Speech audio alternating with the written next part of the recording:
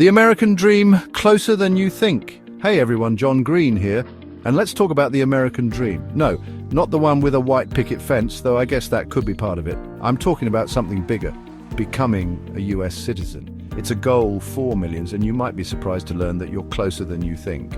Have you lived in the US for 5 years? If so, you might be eligible for citizenship. There's a whole process, of course, and it can seem daunting, but that's why we're here. In this video, we're going to break down the 5 main requirements for US citizenship, step by fascinating step. So, whether you're just starting to dream about citizenship or you're already knee-deep in forms, stick around because this video is for you. 5 years and counting. The residency requirement. Okay, first things first, you need to have been living in the US for a while, and by a while I mean at least 5 years. Now, I know 5 years can seem like an eternity. Think back to what you were doing 5 years ago. Different haircut, different continent. The point is, it's a significant chunk of time. But that's because becoming a citizen is a big deal. It's not just about getting a passport. It's about demonstrating a commitment to this country, to its people, and to its future. And that commitment, my friends, takes time to solidify. Think of it like a friendship. You don't just meet someone and instantly become best friends, sharing all your deepest secrets and hopes and dreams. Well, maybe you do, but that's a different video. It takes time to build that trust, that shared history, that understanding. And that's what these 5 years represent. It's about putting down roots, becoming part of the fabric of American society. It's about experiencing the highs and lows, the triumphs and challenges that make this country what it is. So, if you've hit that 5-year mark, congratulations, you're on your way. But hold your horses because there's more to it than just time. Good moral character, more than just being nice. All right, so you've been in the US for 5 years. That's a significant milestone and something to be proud of. But the journey doesn't end there. High five. But now comes the part that makes some people nervous, the good moral character requirement. It's more than just being nice or friendly. Now, I know what you're thinking. John, I'm a good person. I recycle, I tip my baristas. I haven't committed any major felonies lately, but there's more to it, and that's great. But when it comes to citizenship, good moral character has a specific legal meaning. It's not just about your daily good deeds. Basically, it means you need to show that you're a law-abiding person who will contribute positively to American society. This involves a range of behaviors and actions. Think of it like this. Would you trust yourself with a tiny, adorable, but very breakable kitten? It's about showing responsibility and care in all aspects of life. That's the level of responsibility we're talking about. It's about being reliable and trustworthy in every situation. So what does this look like in practice? It's more than just a checklist, it's a way of living. Well, for starters, a clean criminal record is essential. This means no serious offences, but also being mindful of smaller infractions. And I'm not just talking about felonies here. Even minor offences can be a concern. Even minor offences like DUIs or shoplifting can raise red flags. It's about showing consistent good behaviour, but it goes beyond that. It's about your overall conduct and how you handle your responsibilities. Have you paid your taxes, supported yourself financially? These are crucial aspects of good moral character. Being honest in your dealings with the government? Honesty and integrity are key. These are all factors that come into play. It's a comprehensive evaluation of your character. Now, I know this can seem intimidating, but don't panic. It's about being your best self. The vast majority of people applying for citizenship are good, honest folks who just want to make a life for themselves in this country. You're likely already on the right path, and if that's you, then you have nothing to worry about. Keep doing what you're doing and you'll be just fine. Chapter 3. English, please, the language proficiency requirement. So you've proven you're a resident and a decent human being. Excellent work, but the journey doesn't end there. But can you speak English? This is a crucial part of the process. And I don't just mean ordering a pizza or understanding the gist of a Taylor Swift song. It's about more than just the basics. To become a US citizen, you need to demonstrate a basic understanding of spoken and written English. This is essential for effective communication. This means being able to read, write, and speak English well enough to communicate in everyday situations.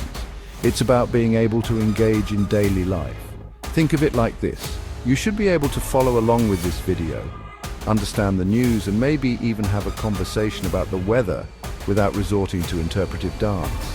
It's about making your life here smoother and more integrated. Now, I know learning a new language can be tough, it can be frustrating and challenging. Believe me, my attempts at Spanish are a testament to that.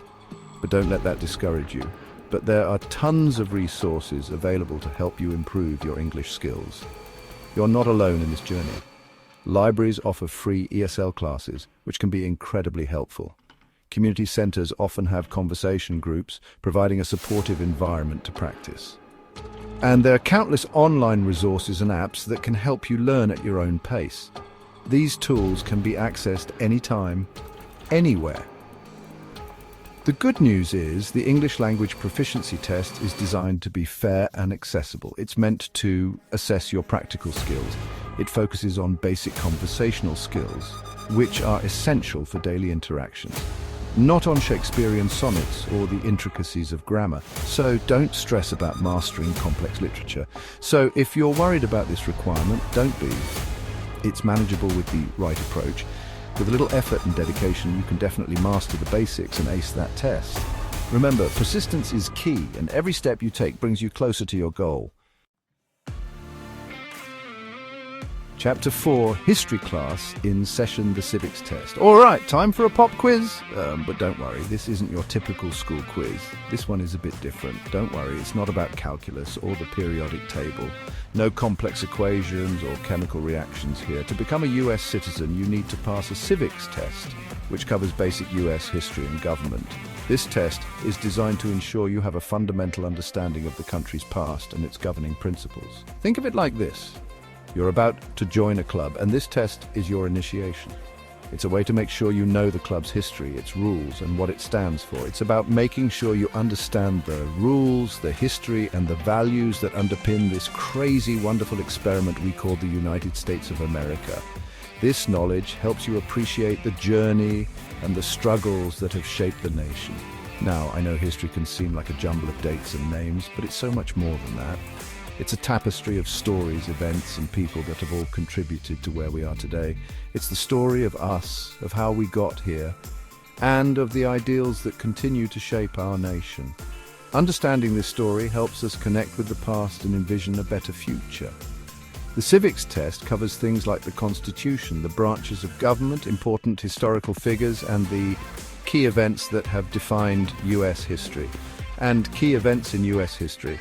These elements are crucial in understanding how the country operates and the principles it was founded upon. It's about understanding the foundations of our democracy and the rights and responsibilities that come with being an American citizen. But don't freak out. This isn't meant to be intimidating. The USCIS provides all the study materials you need, including a list of 100 potential questions. These resources are designed to help you prepare effectively. That's right, they tell you exactly what's going to be on the test. No surprises, just straightforward questions about the country's history and government. So channel your inner history buff, brush up on your facts, and get ready to impress those immigration officers with your knowledge of all things American. This is your chance to show how much you appreciate and understand the country you're about to become a part of. Chapter 5. Don't pack your bags yet. Continuous residence and physical presence. Okay, we're in the home stretch. You've aced the residency, good moral character, English language, and civics requirements. You're practically glowing with American spirit. But before you start planning your naturalization ceremony outfit, there's one final hurdle: continuous residence and physical presence. Now, this one can be a bit tricky, so listen closely. While you need to have lived in the US for at least 5 years, you also need to have been physically present for at least half that time, which is 30 months. This means that any extended trips outside the US could affect your eligibility. Now, I'm not saying you can never leave the country, but if you're gone for more than 6 months at a time, you'll need to provide documentation explaining the reason for your absence. The good news is there are exceptions for things like work, study, or family emergencies. So if you've had to spend time abroad, don't despair. Just make sure you have the paperwork to back it up. This requirement is all about demonstrating that you're truly establishing a life in the US, that this is your home base, your center of gravity. It's about showing that you're not just passing through, but that you're here to stay. And there you have it. The 5 main requirements for US citizenship. Laid out in all their glory. I know it seems like a lot, but trust me, it's worth it. If you meet these requirements, you could be on your way to becoming a US citizen. It's a journey, no doubt, but it's one that countless people have taken before you. And with hard work, preparation, and maybe a little help from this video, you can join their ranks. Don't forget to like, subscribe, and hit the bell icon for more informative videos. And as always, thanks for watching.